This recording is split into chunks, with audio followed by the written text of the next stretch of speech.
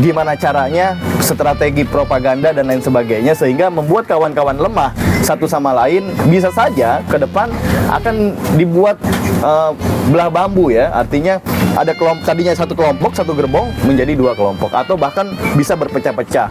Bahkan yang harapannya justru tidak ada serikat di dalam perusahaan, tidak ada serikat di dalam perusahaan.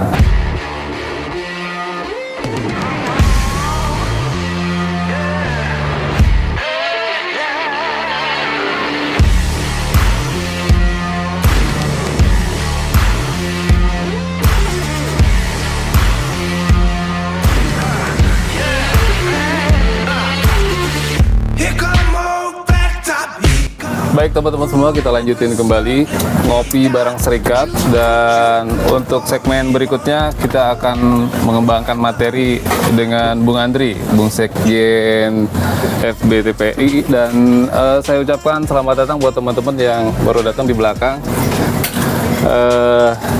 agar kita lebih semarak lagi. Saya yang terbayang dari Bung Sekjen ini ada di podium, ada di depan kita untuk presentasi dan lain sebagainya, sehingga untung nggak di pengadilan loh. Sehingga nggak familiar ya wajahnya. Perbincangan kita tadi Bung Sekjen, jadi peta perjuangan kita itu seperti apa dan kita posisinya di mana, Bung? Kemudian langkah kita menuju ke pembebasan dari penjajahan itu seperti apa? Ngeri banget bahasanya. Dalam banget ini. Dalam banget gitu. Iya. Sekalian curhat ini kayaknya. Oke. Baik, assalamualaikum warahmatullahi wabarakatuh. Waalaikumsalam warahmatullahi wabarakatuh. Selamat malam kawan-kawan. Selamat malam. Kemarin kita sudah melakukan 2 kali pertemuan. Yang pertama dengan Bung Bire, terus dengan Ketua Umum FBTPI. Tentunya ini pertemuan ketiga kita. Tentunya sudah kenal ya aku siapa. Nama aku Muhammad Herul Andri. Tadi sudah disampaikan ya, aku menjabat. Jabatan itu sebetulnya bukan hal yang luar biasa bagiku. Jabatan justru adalah tanggung jawab ketika orang sudah diembani jabatan tersebut, dan tentunya jabatan itu bukan ujug-ujug dari keinginan orang tersebut. Mayoritas seperti itu. Yang lebih efektif, idealnya tuh jabatan itu harusnya ini adalah pilihan.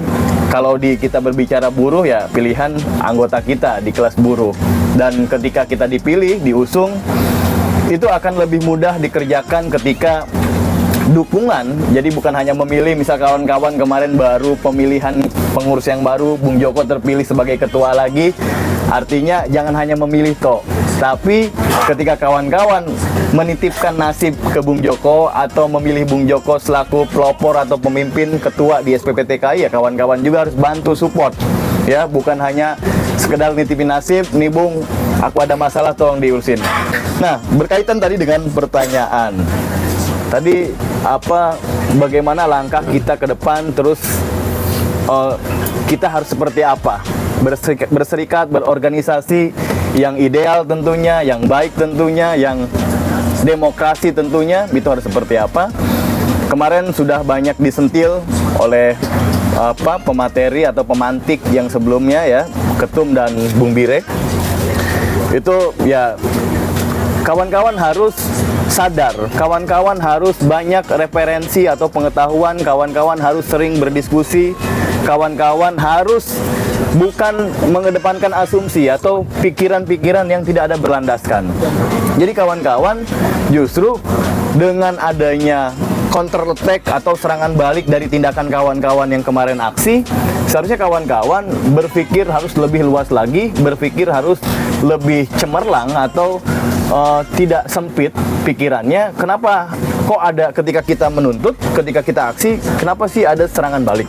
Kenapa sih ada tindakan intimidasi baik dari luar maupun dari dalam? Nah, ini yang harusnya kawan-kawan sadari, yang harusnya kawan-kawan lebih perhatikan. Kenapa itu terjadi? Wah, berarti kalau berpikir secara normal, artinya apa yang kita tuntut ini berarti salah satu ada kesalahan yang dibuat oleh pengusaha yang kemarin kita aksi.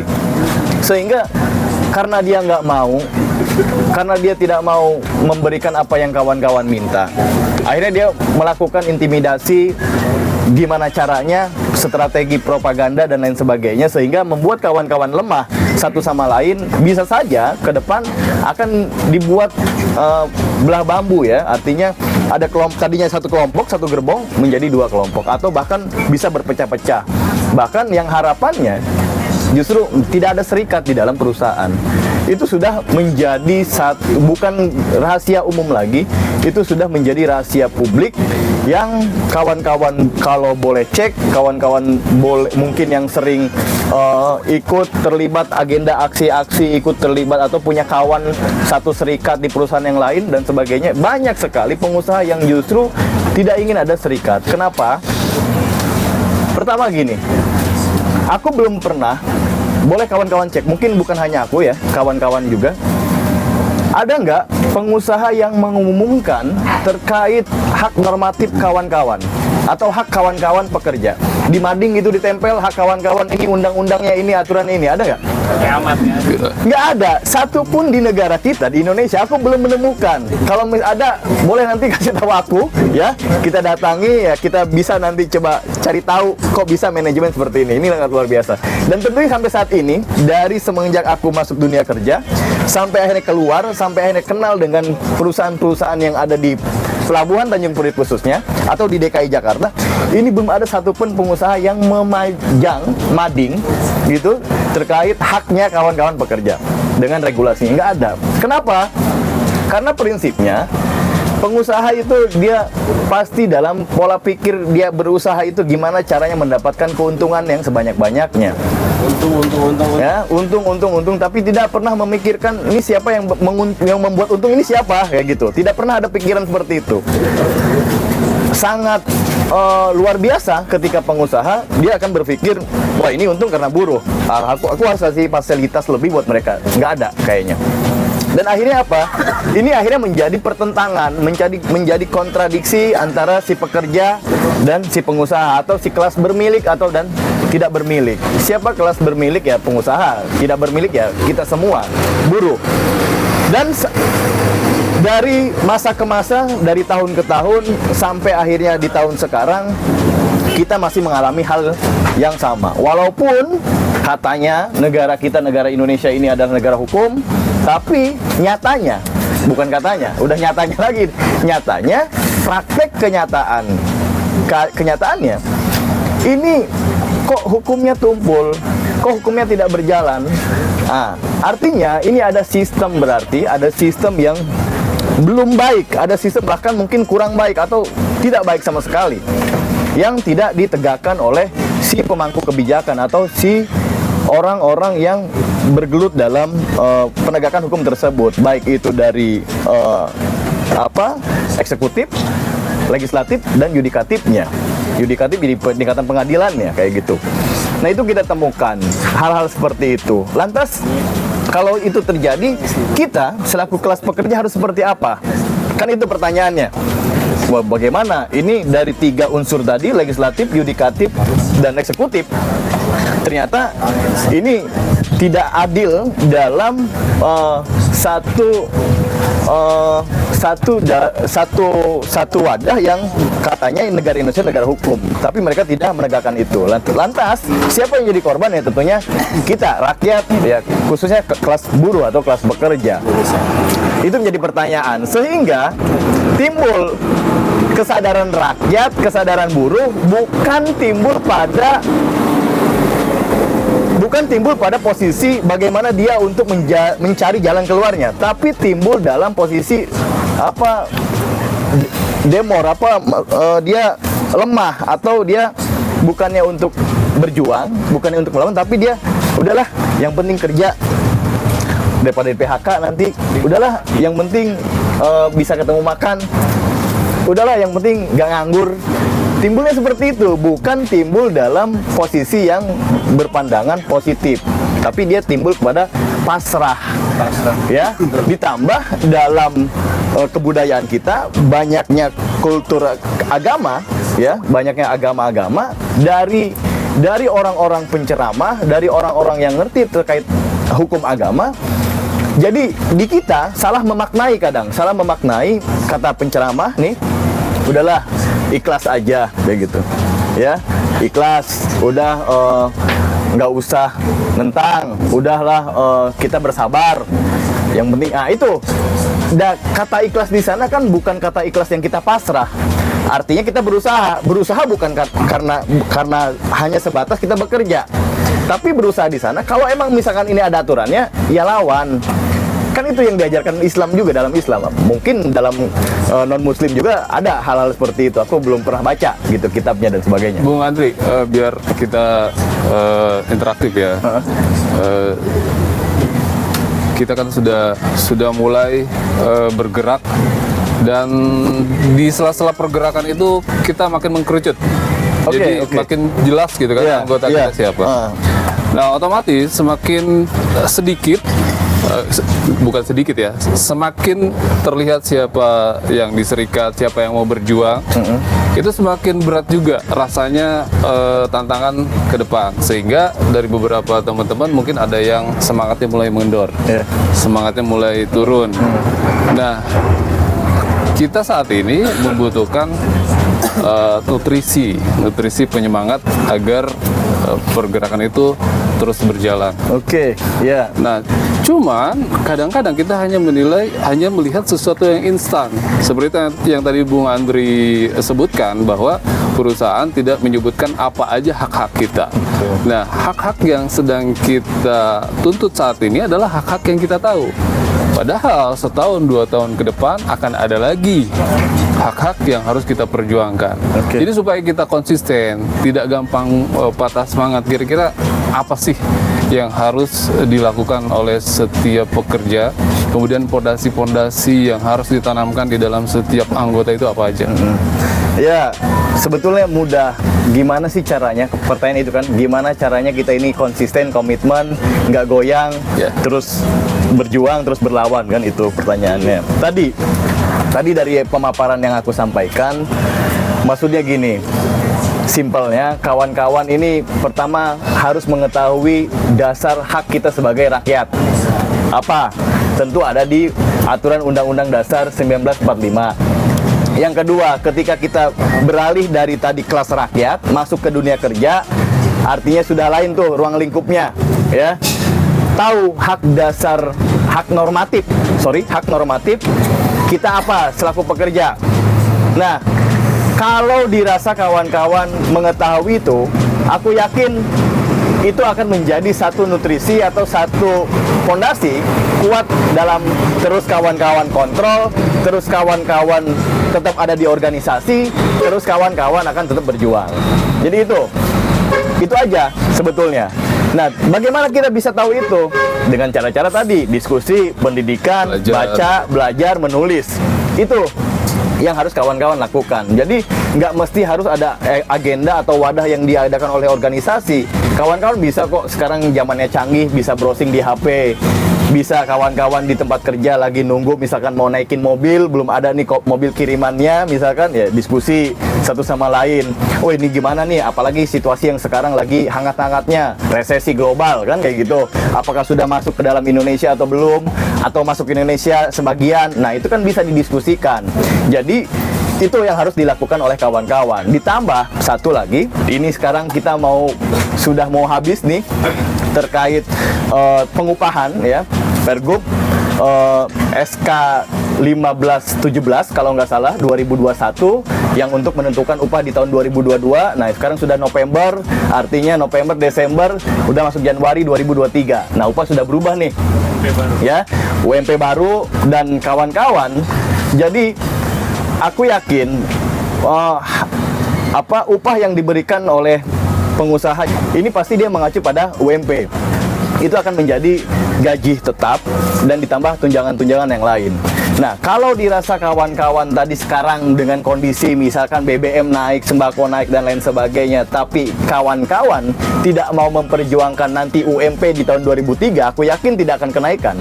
Apalagi kita sudah cek di media, pengusaha Avindo ya, dia sudah ada komunikasi dengan pihak kementerian menyampaikan kami mungkin akan naikkan di tahun 2023 ini hanya 1% bahkan sampai ke 4%. Nah, tentunya kita belajar dari pengalaman sebelumnya hanya dinaikkan 1,09%. Artinya kenaikannya di DKI Jakarta itu hanya 35 ribuan. Nah, kalau misalkan itu terjadi lagi, bayangkan kawan-kawan di tahun 2023 kenaikannya hanya 35.000 dibagi 30 hari, artinya seharinya cuman kena 1.000-an. Sedangkan kenaikan BBM dari 7.600 ke 10.000 itu 3.000. Artinya ini jomplang, ya kan?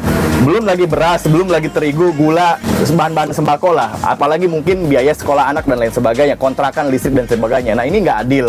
Nah, sedangkan nih kata Undang-Undang 1945 di pasal 28 huruf D di ayat 2, dia itu jadi negara itu harus menjamin kepastian kehidupan pekerjaan yang layak dan kehidupan yang layak. Nah, kita tarik kepada Undang-Undang 13 tahun 2003 di pasal 88. Pengusaha dia harus memberikan upah yang layak.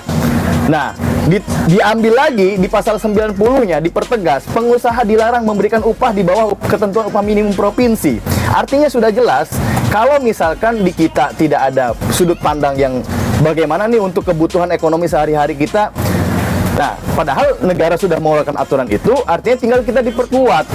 Artinya kita tinggal meminta kepada negara, kepada pemerintah, karena pada prinsipnya pemerintah negara itu adalah pelayan buat masyarakat, pelayan buat buruh. Sudinaker adalah pelayan buat kita, ya, kemudian sekedar kerjaan. Tapi di kitanya kesadaran itu tidak ada. Kawan-kawan hanya disibukkan dengan aktivitas sehari-hari. Berangkat jam 8 pagi, masuk pulang nanti jam 8 jam 7, jam 5 sore. Kayak gitu terus, rutinitasnya kayak gitu terus. Sementara ada hak kawan-kawan di sana, kenapa jam kerja itu 8 jam. Jadi kalau dalam aturannya itu kawan-kawan bekerja 8 jam, istirahat 8 jam, bersama keluarga 8 jam. Tapi kawan-kawan karena upahnya kecil disibukkan dengan ngambil lembur deh. Yang seharusnya tidak. Kita sudah ketinggalan. Bahkan ada negara Eropa yang pernah aku baca, dia akan mengeluarkan regulasi terkait kerja dalam satu hari itu hanya 4 jam. Nah, negara yang sudah maju sudah seperti itu. Terus kita malah kalau nggak lembur kayaknya nggak puas, nggak lembur terus. Akhirnya apa? Yang seharusnya kerjanya enak, jadi sakit, tipes. Akhirnya berat, bebannya nambah berat. Nah, mungkin itu, Bung. Iya, makasih Bung Andri. Jadi lebih ke mungkin ada wawasan-wawasan yang harus lebih dikuasai ya Bung. Betul. Oleh setiap anggota, sehingga apa yang tidak terlihat itu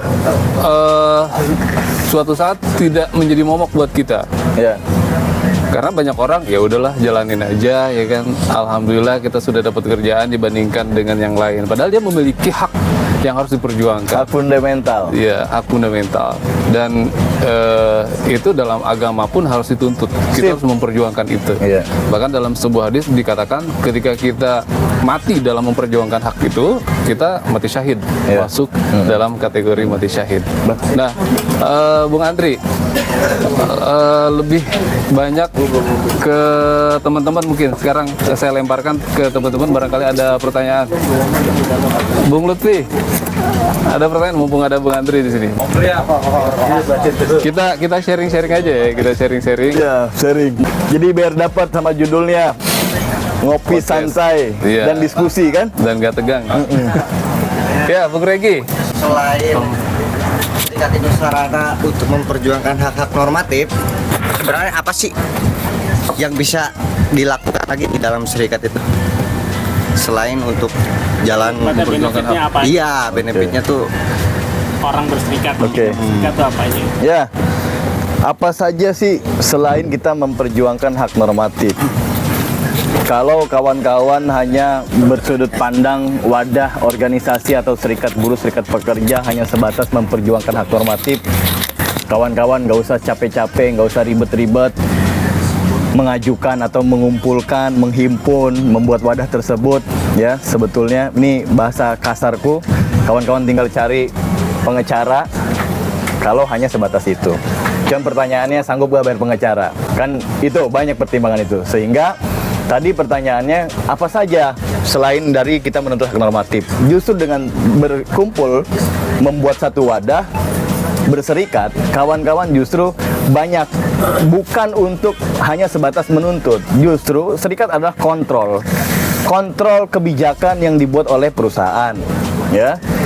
Apakah berpihak terhadap kita atau dia malah mengangkangi undang-undang yang sudah berlaku. Itu yang pertama. Yang kedua, serikat adalah satu wadah untuk proses kita belajar. Seperti ini, ya. Belajar, berdiskusi, sharing, kayak gitu. Yang ketiga, serikat adalah satu alat yang lebih efektif, wadah yang lebih efektif ketika kawan-kawan satu sama lain saling merasakan, satu sama lain tidak ada saling tutup-tutupan. Artinya ketika kawan-kawan sudah terhimpun dalam wadah serikat, kawan-kawan akan saling terbuka. Gaji lu berapa sih? Kayak gitu. Ada bahkan manajemen bilang kalau belum ada serikatnya, ini gaji kamu ya diamplopin atau dulu kayak gitu. Jadi jangan cerita ke sebelahnya ya. Khawatir jadi ada kecemburuan. Padahal job kerjanya sama. Itu ada. Aku pernah menemukan itu. Dan itu sebetulnya salah satu untuk siasat manajemen untuk bagaimana mengurangi nih orang nih, kalau dia nih orang pendiam, dikasih gaji berapa aja cuek kayak gitu. Manut aja. Kan banyak karakter-karakter orang ya, karakter manusia. Justru dengan serikat kita akan lebih transparan, akan lebih terbuka berapa gaji kita. Terus apalagi program ini ngapain nih serikat kita buat ya? Kira-kira kalau normatif sudah dipenuhi, apalagi yang belum didapatkan? Karena kalau kawan-kawan sadar, berapa sih nilai hisap yang kawan-kawan kerjakan dalam 8 jam? Berapa sih nilai waktu yang diberikan oleh kawan-kawan ke perusahaan sehingga menghasilkan satu keuntungan yang menguntungkan perusahaan. Nah, itu kawan-kawan harusnya lebih berpikir ke arah sana, sehingga kawan-kawan akan muncul satu rumusan, satu program yang nantinya akan kawan-kawan minta. Karena kan pengusaha ini hanya dia membuka tempat, terus membelikan alat produksinya kalau misalkan dibutuhkan, atau hanya menghimpun, atau dia berusaha setelah itu mengajak orang-orang untuk bekerja di sana. Dan untungnya itu bos itu kan dia nggak bekerja sebetulnya. Yang bekerja itu dari tingkatan GM ya, General Manager, sampai akar rumput. Nah, pertanyaannya kenapa sih gaji GM, gaji HRD, gaji manajer ini dibedakan dengan kawan-kawan? Kenapa? Karena kalau misalkan disamakan dengan kawan-kawan, ini pasti berontak satu gerbong. Makanya pengusaha ini harus ada yang dispesialiskan. Untuk apa? Untuk membantu posisi dia, untuk menambah kekuatan dia.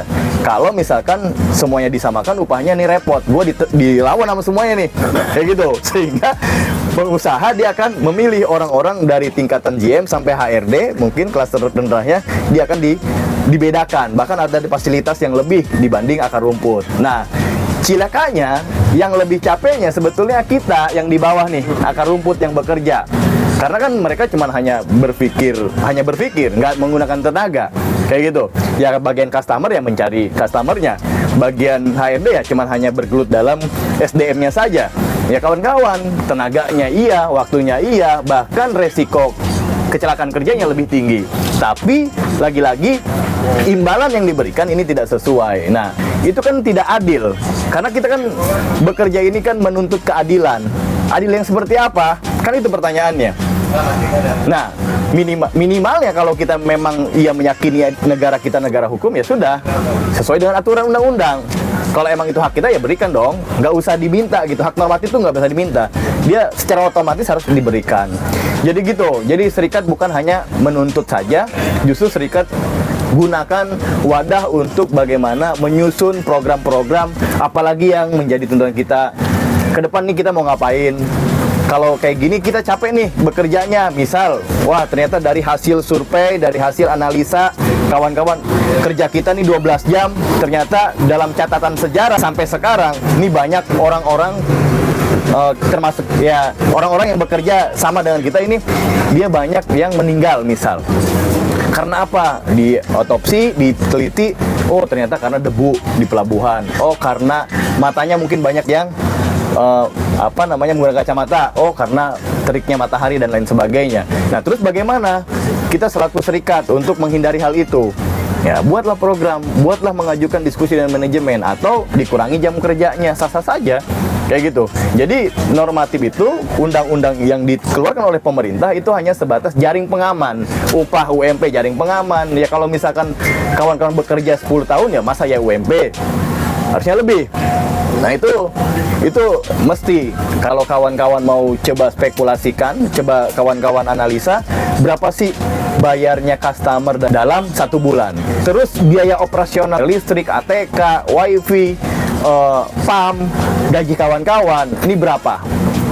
Harus ke sana berpikir kawan-kawan, sehingga kawan-kawan ke depan ketika untuk menuntutnya tuh nggak hanya sebatas menuntut, punya data.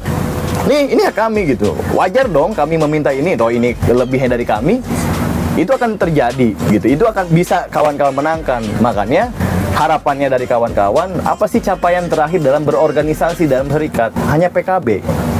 Perjanjian kerja bersama yang tadinya misalkan THR-nya hanya 1 bulan upah bisa 2 bulan atau 3 bulan, yang tadinya mungkin lemburnya hanya sebatas undang-undang aturan bisa lebih, yang tadinya upahnya yang masa kerjanya 1 tahun dengan 10 tahun sama bisa berbeda, yang tadinya cuti tidak diberikan upah diberikan upah. Cuman tadi harus berdasarkan penelitian di kawan-kawan. Kan kawan-kawan kan bekerja dari masing-masing bagian nih, pasti mempunyai data dan sebagainya. Aku yakin itu. Jadi sehingga dalam berorganisasinya nggak mulu-mulu hanya nuntut terkait yang kemarin. Ya, cadangan PHK. Oke, konteksnya memang berbicara uang, karena ya kita nggak munafik untuk mendapatkan kesejahteraan ya apa? Karena kan bahasanya sejahtera yang ada di kelas buruh itu kan masih dalam sebatas perut kenyang nggak kelaparan kan kayak gitu. Bisa apa yang kita inginkan bisa kebeli kan kayak gitu. Nah, cuman kan nggak hanya sebatas tuntutannya ke sana. Justru kalau kawan-kawan tadi bisa berpikir ke arah sana, aku yakin kawan-kawan yang tuntutan itu ya nggak seberapa ya. Karena dalam status hubungan kerja misal di kawan-kawan apakah sudah sesuai statusnya? Enggak, Bung Andri, 15 tahun saya bekerja kok kontrak terus ya dari tahun ke tahun. Apakah memang seperti itu? Boleh cek. Kita baca regulasinya, kita baca undang-undang status hubungan kerja, baca aturan Kepmen 100-nya yang di sana dijelaskan terkait status hubungan kerja harian lepas, status kontrak, status outsourcing, status pekerja tetap seperti apa. Itu ada aturannya semua. Nah, apakah kawan-kawan sudah melakukan itu? Pertanyaannya. Kalau misalkan belum, ya kawan-kawan nggak usah pasrah. Artinya, oh wajar, karena kami tidak tahu. Nah justru makanya dengan berserikat kawan-kawan harusnya lebih banyak banyak pengetahuan atau banyak mencari di luar, keluar pelabuhan, melihat di luar pelabuhan ada apa sih. Bung Andri, apa yang akan terjadi di sebuah negara atau di sebuah perusahaan yang tidak ada serikat pekerjanya, padahal di situ sangat kental sekali sistem kapitalisnya? Atau adakah sebuah negara yang tidak ada serikat, padahal di situ ada sistem kapitalis? Apakah gimana kalau di sebuah negara tidak ada serikat atau organisasi serikat? Justru gini, aku belum pernah, mungkin entah ada atau tidak, aku belum pernah menemukan, atau dalam bacaan buku-buku referensiku, aku belum pernah menemukan negara tidak ada yang berorganisasi. Karena kawan-kawan kalau sadari, kawan-kawan kalau cermati, negara ini kan adalah organisasi, kan? Negara adalah organisasi. Lantas bagaimana kalau negara aja berorganisasi, terus masyarakatnya tidak berorganisasi? Repot gak? Repot. Bahkan ruang lingkup keluarga aja organisasi. Jadi kita terlahir itu sudah berorganisasi sebetulnya, sudah berkumpul. Terus kalau misalkan tidak terjadi seperti itu, bisa dibayangkan orang masing-masing hidup, negara masing-masing hidup, hancur. Kayaknya tidak ada negara yang tidak berorganisasi. Jadi kayak gitu.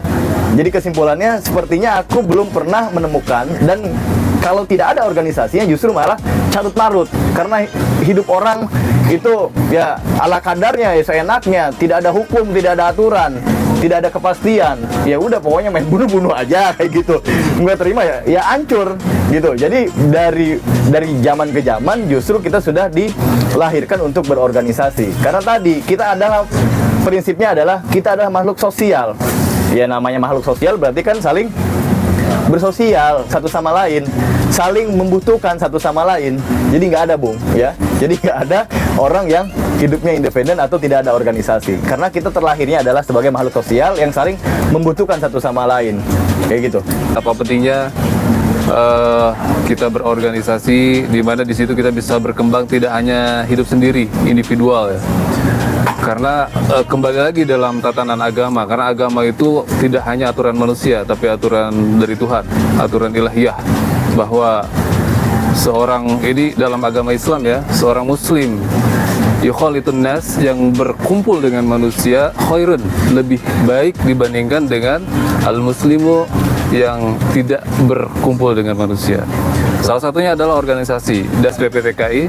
Ini adalah salah satu wadah di mana kita bisa berkumpul di sini. Pertama untuk